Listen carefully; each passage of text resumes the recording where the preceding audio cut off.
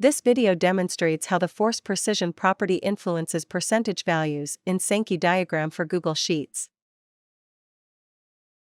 Click on the Edit Chart button. Click on the Node Properties pen to change the properties. Click on the Percentage section.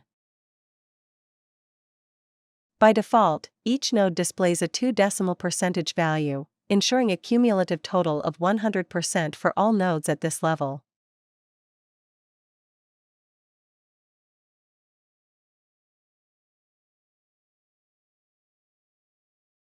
You can disable this feature by sliding the Force Precision button to the right, that is turning it on.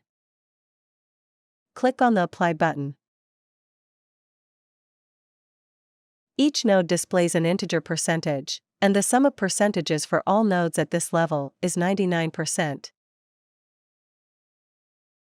Click on the Save button. We appreciate your business. Thank you. Please remember to subscribe to our channel.